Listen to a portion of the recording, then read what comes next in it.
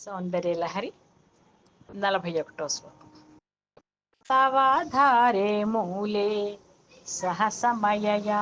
లాస్యపరయా నవాత్మానం మన్యే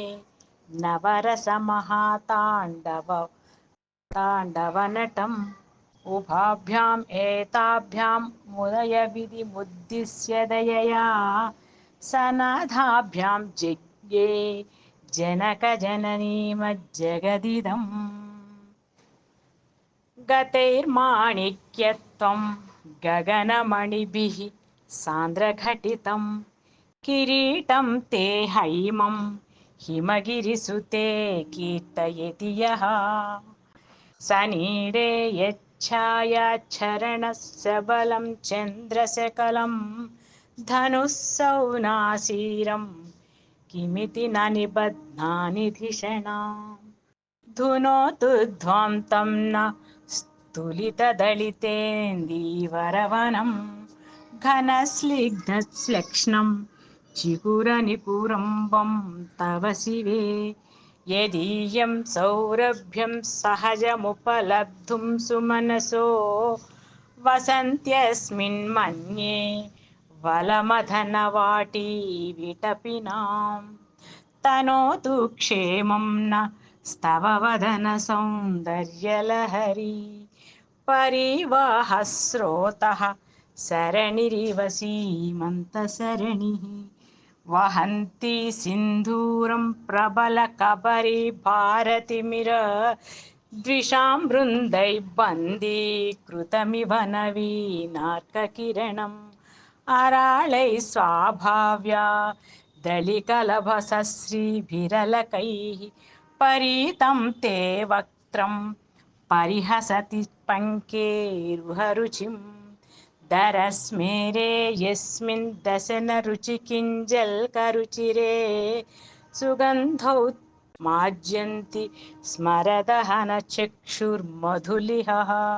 లలాటం లావణ్యద్యుతి విమలమాభాతి తవ యత్ ద్వితీయం తన్మన్యే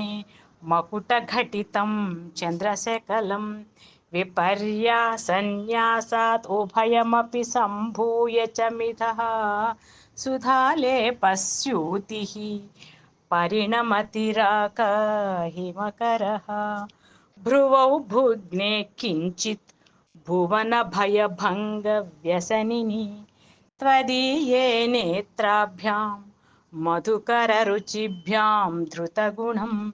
ధనుర్మన్యే సవ్యేతరకరగృహీతం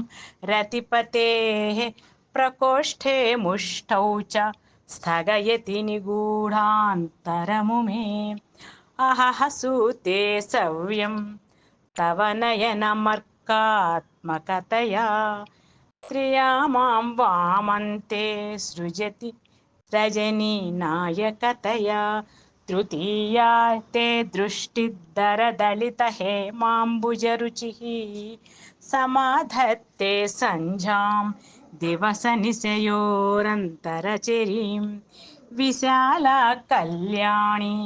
స్ఫుటరుచిరయోధ్యా కువలయైః కృపాధారా ధారా కిమపి మధురా భోగవతికా అవంతి దృష్టిస్తే బహునగర విస్తార విజయా ధ్రువం తత్తన్నామ వ్యవహరణయోగ్యా విజయతే కవీనాం సందర్భస్తబకమకరందైకరసికం కటాక్ష వ్యాక్షేప భ్రమరకలభౌ కర్ణయుగళం అముంచంతౌ దృష్ట్వా తవ నవరసాస్వాదతరళా అసూయా సంసర్గాదళికనయనం కించిదరుణం.